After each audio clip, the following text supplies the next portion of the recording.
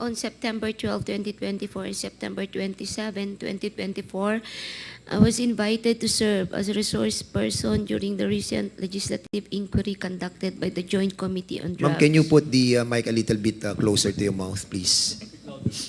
Yes, sir. During these hearings, I was asked several questions concerning my knowledge or involvement in the deaths of 3 Chinese inmates at the Davao Penal Colony and the death of General Wesley Barayuga, all focusing on the alleged extrajudicial killings of the aforementioned individuals. I was also questioned about my relationship with the former president, as well as my career as a police officer and my tenure as a GM of the Philippine Charity Sweepstakes Office. Throughout the hearings, I answered questions from the committee based on my personal knowledge. However, I did so with great apprehension as I recognized that my statements on national television could significantly endanger my life, the safety of my family, and others close to me. After considerable reflection, I am now executing this affidavit to provide a comprehensive information to the quad-comm regarding everything I personally know about the war on drugs during the former administration. On May of 2016, I received a call from the then President Rodrigo Duterte at approximately 5 in the morning, instructing me to meet him at his residence in Doña Luisa, Davao City.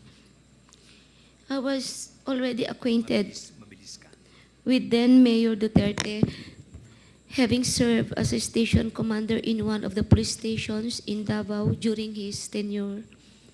During our meeting, he requested that I locate a PNP officer or operative who is a member of the Iglesia ni Cristo, indicating that he needed someone capable of implementing the war on drugs on a national scale, replicating the Davao model. The Davao model referred to the system involving payment and rewards. The Davao model involves 3 levels of payments of rewards. The first is the reward if the suspect is killed. Second is the funding of planned operations. Third is the refund of operational expenses. Initially, I informed the President that I was unaware of any individual with those qualifications as I had not been assigned outside of Davao, nor had I served in a national capacity with the PNP. However, I recalled my upperclassman, Edilberto Leonardo, who was handling the Criminal Investigation Detection Group and was also a member of the Iglesia ni Cristo. I mentioned his name to the President. On the same day, a certain individual named Muking contacted me by the phone to request Leonardo's contact details, which I promptly provided.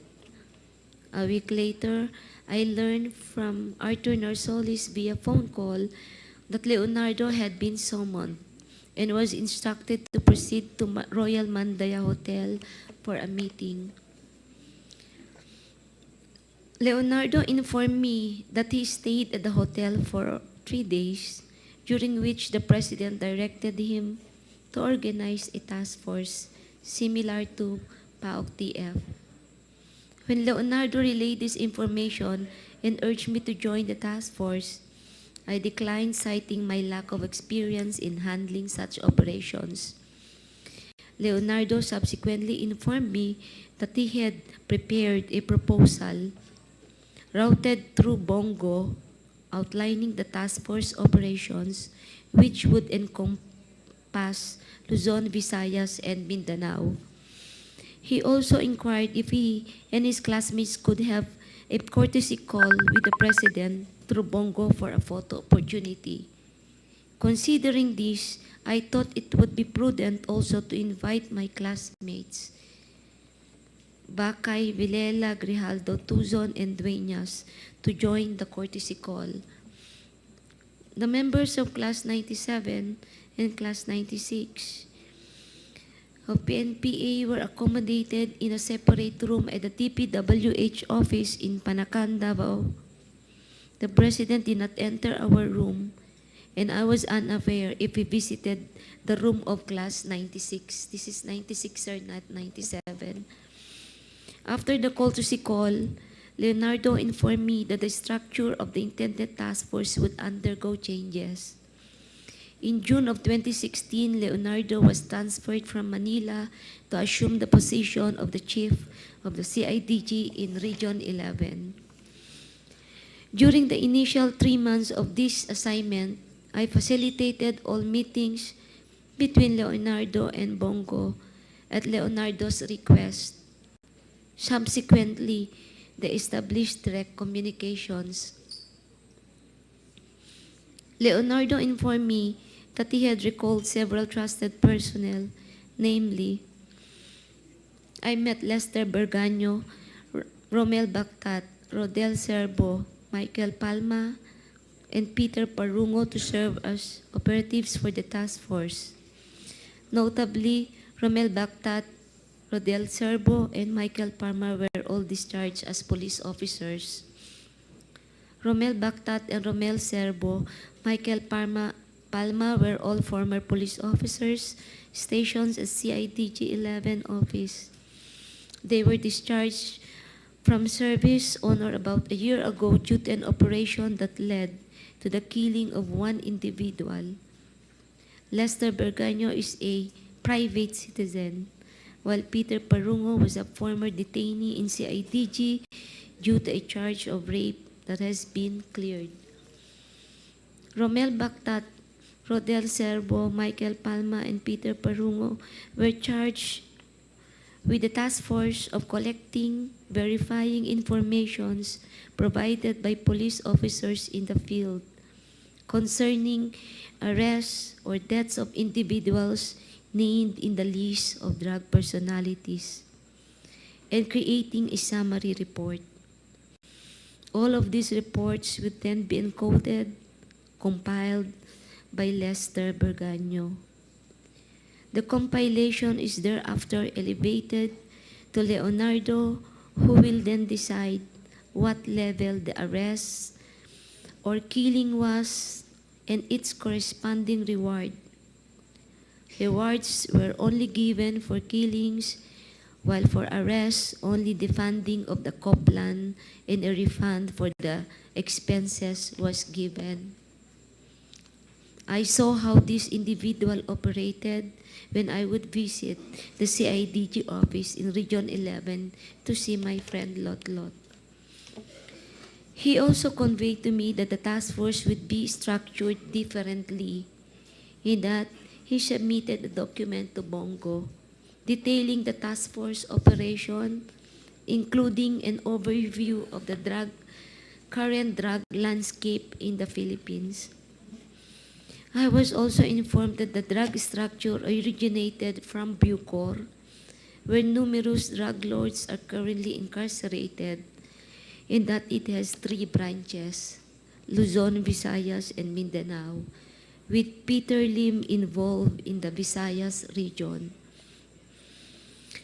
Once the task force became operational, I later learned that all co-plan funds, refunds for operational expenses, and rewards for agents were processed through the bank accounts of Peter Parungo at Metrobank, BDO, and PS Bank. Concurrently, Lester Berganyo maintained a comprehensive list of the drug personalities in the Philippines. Leonardo conducted briefings for all PDEA, IG, regional directors, and PNP chiefs regarding the operations. Additionally, if any individual died during police operation, Leonardo would report the incident to Bongo for inclusion in his weekly report and request for refunds of operational expenses. Leonardo had the final authority to determine who would be included on the list of drug personalities and to classify their threat levels, as well as the discretion to remove individuals from the list. Furthermore, in 2016, while I was at the CIDG office, following up on personnel appointments, I overheard Superintendent Padilla of Bucor discussing drug activities at the Davao Penal Colony with Leonardo. Padilla specifically mentioned certain Bucor officers involved in the drug trade, notably mentioning an officer named Ginto, who was subsequently killed along with other Bucor members. These are the critical facts I personally know regarding the drug war of the previous administration. I am prepared to provide additional details and information in the supplemental affidavit or during an executive session at the discretion of the committee. I affirm the truthfulness and accuracy of the above statement to assist in the investigation by the Joint Committee on Dangerous Drugs, Public Order and Safety, Human Rights, and Public Accounts of the Honorable House of Representatives, the quad-comm. Mr. Chair.